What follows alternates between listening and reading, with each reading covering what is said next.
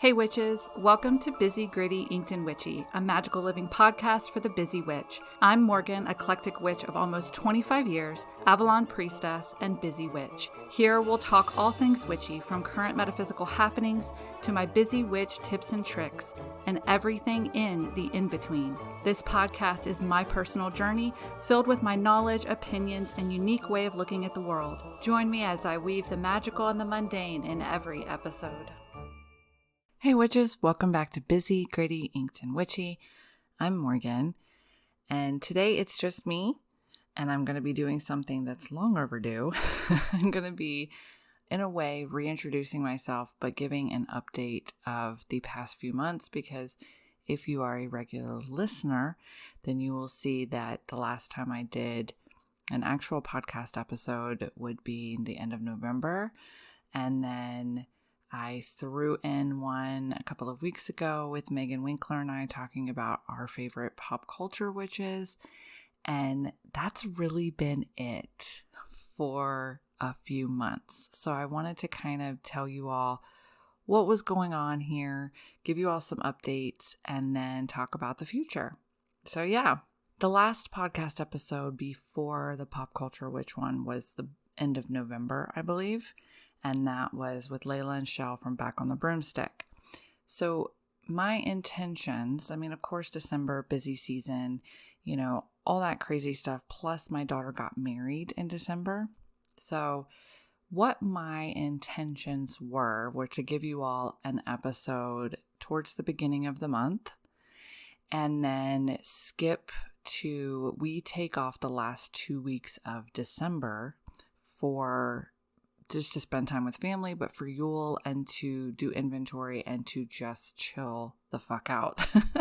So my intentions were to give you all a podcast episode at the beginning of the month, and then like the last week of December, do this episode, which is my update episode, kind of round out the year, talk to you all about things I've learned, share with you all things I've learned, what's coming up for me, what's coming up for the business. Just all kinds of stuff.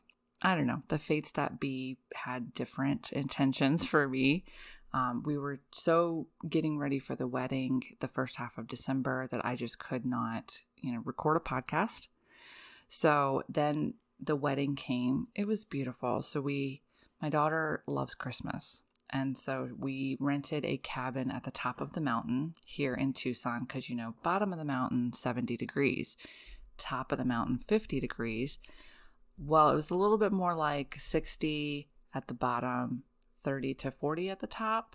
And so it was nice. No snow or anything, but we decorated it like a cheesy Hallmark movie. It was a very small wedding. Actually, the only person to show up from our side of the family was my sister. There was just with it being a week before Christmas, our family is mostly based on the East Coast and most of them could not come out.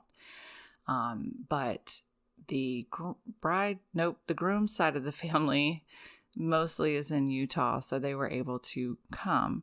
So it was just, a few more people on his side, and then me, my husband, my son, and my sister, who came all the way from North Carolina. But it was we rented this big cabin, and it was just absolutely magical. I did share a few pictures on Instagram when it happened, like when the wedding was over. My daughter requested that we all wear Chuck Taylors, including her. So that's my kid. So we did. We're all dressed up, all nice and fancy with Chuck Taylors on. So literally the night of the wedding, I start with a sore throat and I'm like, oh, it's got to be the elevation changes.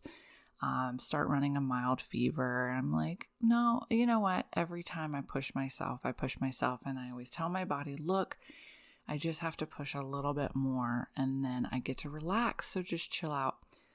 My body never listens and it makes me chill out. So I ended up with RSV, which if you don't know what that is, it's a pretty heavy respiratory infection. It started the night of the wedding. Colin got it next, so he came down about 2 to 3 days after that. Now, mind you, we're not at work at this point. We're on our little vacation. But what Colin and I usually do is we plan for the year ahead. We do inventory. I get my shit straight when it comes to the podcast, the coven, what my plans are for social media, like all that kind of stuff. We do a lot of planning the last couple of weeks of December. Well, RSV knocked us on our ass worse than COVID ever did. In fact, up until maybe a week ago, if you got me laughing about something, it would turn into a cough that would just be really bad. So, yeah, RSV is no joke. So my daughter, she went to nursing school, everything. She was taking care of me after her wedding. Felt so bad. But we just rested. I mean, that's what we ended up doing. That's what the universe had in store for me, was like, okay, well, you've pushed yourself too far. Now it's time to rest. So all of the inventory, all of the planning, everything kind of went out the window because Colin had it as well. So at this point, we're probably around New Year's. On New Year's Day, our dog, Jon Snow, we have Jon Snow and Arya Stark as our dogs. And then for our cats, we have Castiel and Crowley, and then Kitta. Colin named Kitta. Jon Snow he'd been a little weird earlier in the month in December. He had, I don't know, he wouldn't move. We thought it was just severe dehydration, called the vet. They gave us some tips and what to look for in order to bring him in, but they told us not to bring him in. And we were like, okay. He was fine the next day. So New Year's Day, he actually collapsed and his breathing was really funny. And so we rushed him to the emergency vet, and he had lung cancer, and a lot of it. So yeah, we had to make that hard decision. That was New Year's Day. So it's been a hell of a last month, you guys. And I swore I could get through that story without being emotional. But yeah, my daughter had gone back. She went and had her honeymoon. She went to the East Coast and then took off from Florida on a cruise to Haiti. So here it was, New Year's. And, we're freezing our asses off because we actually get some cold weather in Tucson. And my daughter's laying on a beach in a bathing suit and sending me pictures. I'm so jealous right now. But when they came back here, we had a really nice releasing ceremony. Jon Snow's favorite place to be was in the backyard. And so we scattered his ashes around the backyard. And so now we're always protected by him, So yeah, that's been the end of 2023 and the extreme beginning of 2024 for me. I was forced to rest. We lost a family member, a little fur baby. A lot of other stuff happened within there as well, just craziness, which I feel like the end of the year, that seems to happen for me. And I think energetically, it probably comes from a place of I don't sit down and I don't rest. And so when I finally do, or shit has to happen in order for me to sit down and rest. So now we are in the middle of the gem show. Colin and I spent 8 straight days gem showing. Yesterday was our first day back in the office, and where we didn't actually go to the gem show, but we do have to go a few more times this week. And yeah, but we did spend eight straight days gem showing. This is where everyone's like, oh, how important is the gem show? Well, we buy our inventory for the entire year at the gem show. So for the most part, if there are any gemstones in our subscription box, it came from the gem show. Any kits we launch, anything, the full moon kits for the whole entire year, all the gemstones we purchase during the gem show, all of the live specimens. We do a live every about 6 weeks or every month. Those all come from the Tucson Gem Show. So this time of year is super important for us to be working. So yeah, a lot of you at this point are probably like, oh my God. And I get asked it a lot too. How do you get it all done? How do you do it all? I'd like to call it trauma. No, just while I'm playing, there is a little bit of truth to that I keep finding out. But that's where I want to kind of transition for this episode over to my journey so far, my healing journey, and what I have discovered about myself in the last year of really being on this healing journey. I didn't even know it, but I guess when you look at the numerology of 2023 versus 2024, the year 2023 was all about diving down inside of yourself and working out shit within yourself. I had no idea that's what it was until the end of the year when everyone starts to talk about the numerology for 2024. That's when they're like, okay, so the numerology for 2023 was this energy, and then you switch over to 2024 and it's this. And I'm like, oh my God, that's exactly what I'm doing. So I love when things like when there's synchronicities like that. Anyway, so for 2023, what a lot of the energy was diving down inside of yourself, self-improvement, but really figuring out who you are and what you want. And now 2024 is that transformation, that change, that re-emerging into the world. That's exactly what I've been doing. And it's crazy. Like, it gave me goosebumps the first time I read an article about that. Because last year in 2023, I started my healing journey. Like, I really was like, you know what? I'm done. I'm going to figure out who I am and why I do the things I do and how I react and how to not react to things and how to just become more grounded, more centered, and go with the flow. Because going with the flow, I could probably, if I were to have kept like a journal of resolutions or goals for my entire life, it would probably be go with the flow. It's something that I have a very big problem with, which is really funny because if you're into astrology, I'm an Aquarius, which, you know, we're supposed to be these free-flowing, free-thinking, don't hold me down, you know, type people. And I'm definitely free-thinking, and I definitely will rebel against any kind of structure or rules. I can't stand them. And if you try to put me into a box or cage, I will fight. But free-flowing, not something I've ever been able, like, to tap into the flow. It's very hard for me. So when this would be a goal for me every single year, I have to start to look at, okay, why is it so hard for me? So I'm like, let's get to the bottom of it. Let's heal. Let's do this. Let's get to it. So for the last year, I've really been working on trying to figure that out and come to find out things that my quirky traits, for example, being a perfectionist, being an overachiever, never resting, always pushing myself, being a people pleaser. These alone, like individually, you're fine. You're probably good, you know? When you start to stack them on top of each other, and then coupled with the fact that I don't remember a lot of my childhood, which when I was in therapy one time and she asked me about my childhood and I was like, I don't really remember my childhood. And she's like, what do you mean by that? And I'm like, I have bits and pieces, but I don't remember a lot of my childhood. And she's like, you know, that's not good, right? And I'm like, what do you mean? That's fine. It's just because I'm getting older. And she's like, no, that's a red flag. So these attributes or personality quirks of mine or anybody's, you know, by themselves, you're fine. When you start to add them up, coupled with a couple of other things that I've figured out about myself or my past or whatever in the last year or two. I hate to use the word trauma, but that's essentially what it is. So my inability to rest, my always pushing myself, my being a workaholic, all stem from a place of a possibly questionable childhood. And I do laugh because it's,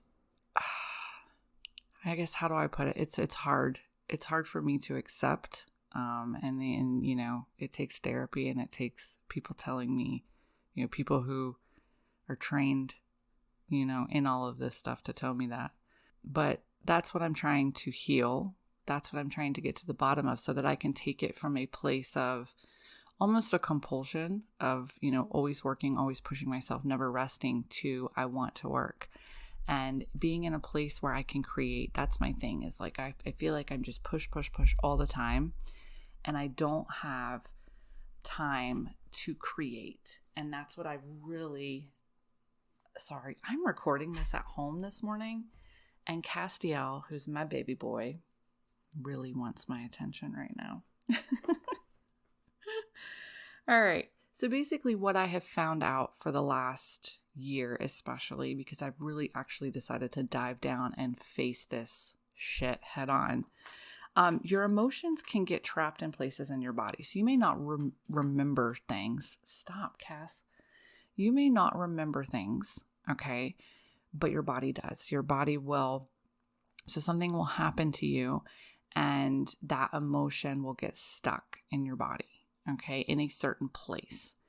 And the memory, you may disassociate. So you may be like, oh, I'm not going to remember this, or I'm going to take myself out of this so it's less traumatic, or I'm going to do, I'm going to kind of put up blinders so that I don't really see this. It's your mind's way of protecting you, but your body still holds on to it, still holds on to that emotion. So you may forget the memory associated with it, but your body's here to say, and it's that response. So anyway, emotions can get trapped in places in your body. They commonly get trapped in your hips, your chest. Okay. So that's what I've been working really hard on, ironically, because the way to work through this kind of stuff is to actually be soft and gentle. So when I say I've been working hard on this, it's kind of funny, because I've actually been working quite soft on this. Doing less, being gentle, and trying to re-regulate my nervous system out of this fight or flight bullshit that I've lived in for, looking back, I know at least through high school, if not earlier than that. So somatic exercises, and if you're, of course you're listening, but if you're like, what did she just say? Somatic. So SOMATIC. Somatic exercises is the main thing that I've been doing. So a lot of very soft hip exercises, chest openers, things like that. I also found out too that if you immediately, wake up in the morning, grab your phone, grab a cup of coffee, this is going to keep your body, your nervous system dysregulated. So I actually don't get on my phone as much anymore at all. I do exercise a little bit. I just do my somatic exercises, but I eat before I have any caffeine. That's actually a really good key for keeping your cortisol levels down. Getting enough sleep. I'm trying to reduce caffeine, so I'm actually switching over. It's just this week. I needed last week. Oh my God, coffee last week, Gem Show. Yes. This week, I'm switching over to my mushroom coffee again, which is, I think 50% less caffeine, but because of the mushrooms added in, you still get that focus and that energy burst. So I'm working on phasing out flat out coffee and going more over to tea, and then my mushroom coffee, which still has coffee in it. And then, just overall slowing down, being more conscious. And then when shit arises, sitting with the emotion, because anger is going to be when anything happens, or for most of us, when something happens, anger is like our first go-to. Okay. And that's just your body's initial reaction state. So then from that point forward, you're supposed to be like, okay, let me sit with this emotion a little bit and see where the real emotion lies. Like, am I frustrated? Am I disappointed? Am I sad? Am I jealous? Like, what's going on? And that's what you're supposed to do. Okay. But if your nervous system is dysregulated, you just stay angry, and then it just spreads, and you're angry with everything because you don't want to address the deeper emotions. Okay. So that's another thing I've been working on is, of course, something happens, I get pissed off, and then I'm like, all right, so why am I pissed? Like, is this a state or did this thing happen? And like, I really am angry, or am I frustrated? Am I disappointed? Like, where is the real emotion in this? And that's actually been very eye-opening for me. And it the more you practice it, the more you become conscious of it, the more that the easier it becomes. So like the next time something happens, your anger only lasts for a minute, and then you're immediately like, no, I'm frustrated right now. Like I seriously am frustrated, and that's why I'm reacting like this. So I can tell when my system is re-regulating itself, when my nervous system is doing this. And this is another kind of tip that, I wanted to throw into this podcast episode, is that it's super important for you to be in tune with your body. I think that is, over the years, I have had a lot of medical anomalies, and that is exactly what I will call them, because something will be happening and I will go to the doctor and they'll be like, that's impossible. And I'm like, well, here I am sitting in front of you. I must be impossible. And it's just been weird things like my entire life. So I really, decades ago, I had to become in tune with my own body, so that number one, I could be very specific with doctors as to what symptoms I was having, what reactions I was having in my body, things like that. But number two, so that I would know, okay, this is my weird normal and this is not normal. Let's go to the doctor. Let's go to the hospital. Okay. So I have been extremely in tune with my body for over a decade, if not more. Another reason that I choose to be extremely in tune with my body is because I did have severe anxiety for years. I was borderline agoraphobic. And so when I would have a biological issue, which like my anxiety lied in my stomach. So when I would go to do something and I would start with the stomach pains, I really had to analyze it. Like, am I sick or is this anxiety? So I really had to start to break that apart. And then I am a firm believer that if something is unbalanced within you, and if you are, for example, like you're in some kind of pain and you go to the doctor and they're like, we have no answers for you. Like there is no medical or biological reason for you to be experiencing this. Then I am a firm believer that the next step is to look at emotional or spiritual, like what is the emotional or spiritual reaction? Because I have lived the power of the mind.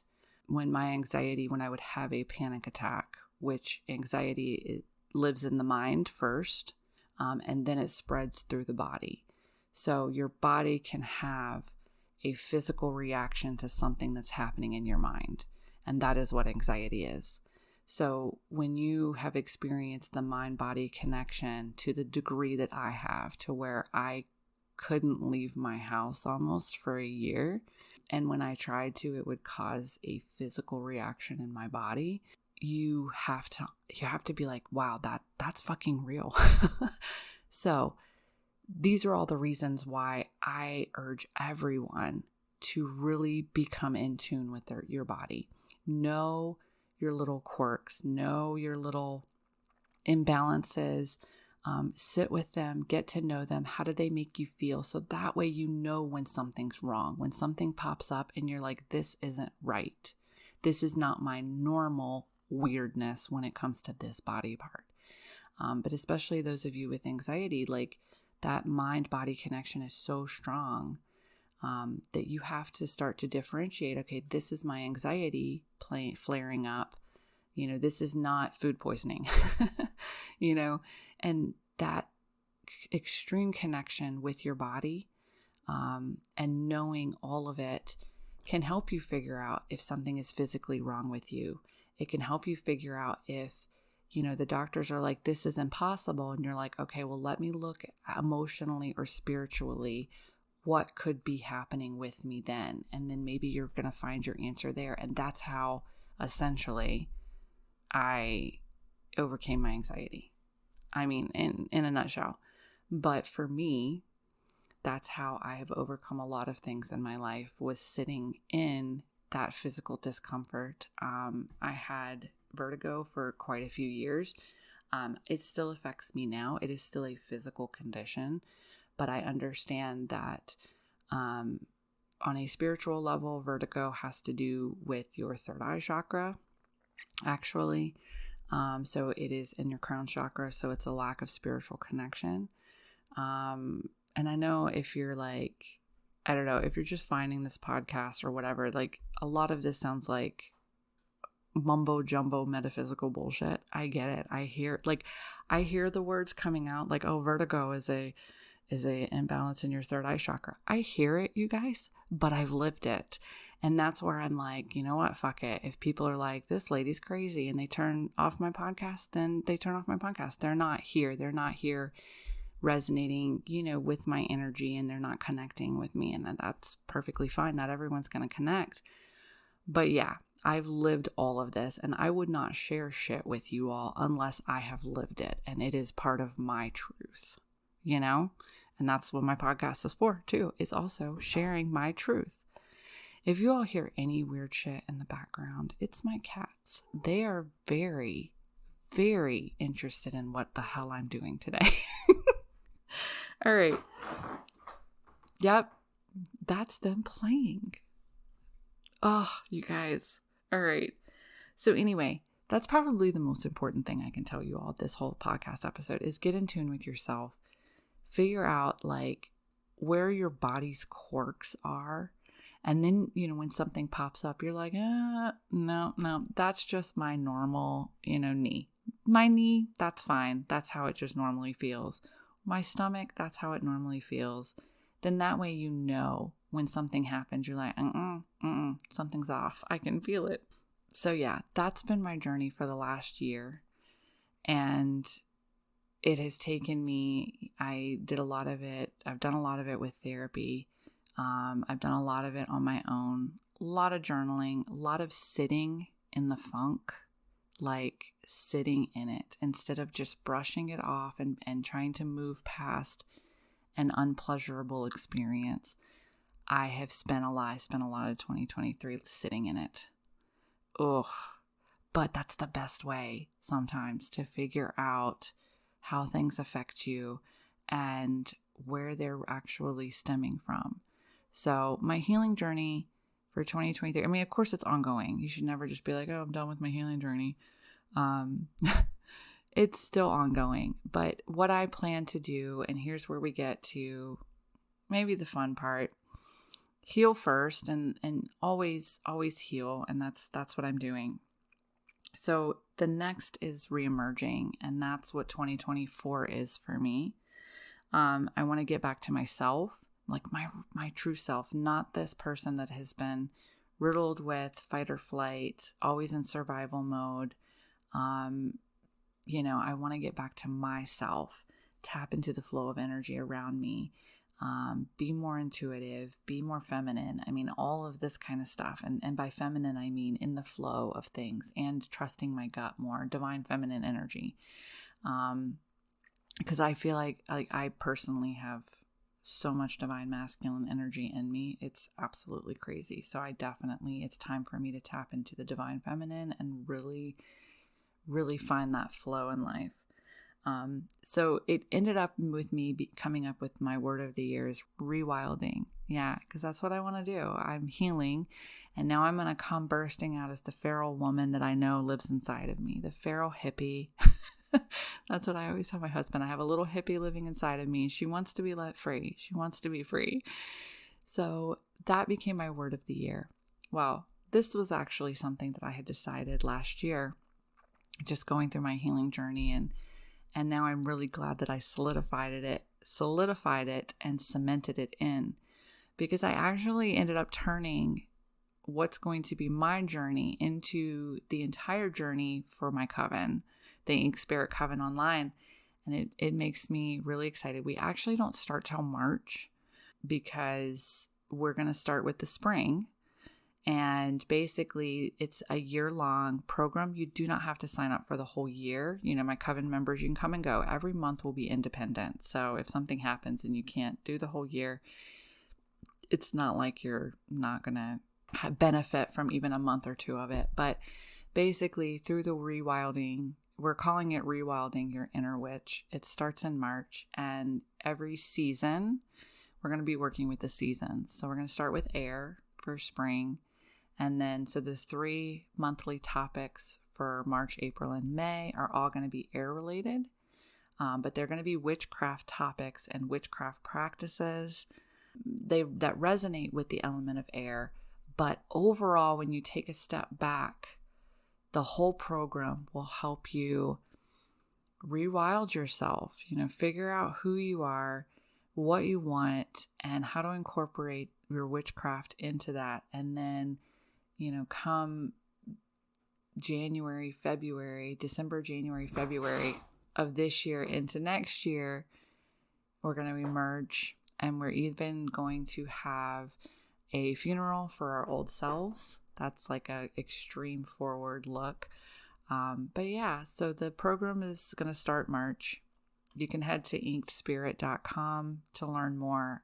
Well, actually, the rewilding program, I haven't even put up details about it yet. Those will start coming out in February. And this, let me tell you, this podcast episode was not for me to plug this. I will be plugging this in podcast episodes, specifically in February. But it was a way for me to show kind of just how full circle things came for me, and how full circle, or I guess maybe just the synchronicities of how things started to finally flow. And it took a lot of healing, a lot of somatic exercises, a lot of sitting in the shit, and RSV, that slowed me down a lot. That made me just sit and think a lot. No, that's just part of my journey, and I'm really happy to be able to share it with you all. The podcast, I still plan on it being every other week. Moving forward, we do have to get through the gym show. This is actually like I said, I'm recording this at home. It is 6 something in the morning, again, this is my overachiever, but I was like, no, they need a podcast episode this week. But yeah, I even have to get off here in a sec because I have to take my cat to the vet today. So a little bit of real life weaved in. But that's what I have for you all today. I really did want to give you all an update of pretty much almost the last 2 months of what's happening.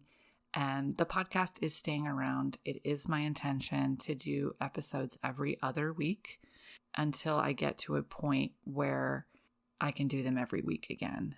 So yeah, but I hope that you all found this helpful, even though it was just an update. I did share my healing journey and parts of it, with you all. So I hope that you found that helpful, or if nothing else, you were like, you know what, I feel heard and I feel seen with some shit going on in my own life. Because I'm never here to tell anyone that I do everything because, I am completely healed and I come from a place of I'm just motivated. I'm just naturally no. I do a lot. And I want to switch over from just doing a lot of shit to doing the stuff that matters and that I care about the most. And that's another goal of mine for 2024, is to stop doing the stuff I don't like to do as much and make sure that I'm filling my days doing things that I enjoy more. Yeah. So thank you all for listening, for giving me a platform to share my journey, just like I did today. And I will see you all again here soon, sometime after the gym show. Okay? Bye. If you're looking for a magical community where you can just be yourself, check out my Ink Spirit Coven. The Coven is an online learning circle for eclectic witches who want to learn new witchcraft practices and how to easily incorporate magic into their daily lives, all while being supported on their personal spiritual journey. And you'll have me as your magical mentor, sharing my knowledge, answering questions, and facilitating the online community. Head to inkspirit.com to learn more and join. And if unique witchcraft supplies made by witches for witches is just what you need, head to my store, inkgoddesscreations.com, to see what we have to enhance your magical practice. We also have the Ink Goddess Creations box, a monthly subscription of magic mail filled with exclusive items that fit a magical theme. Head to the site to see this month's theme and sneak peeks.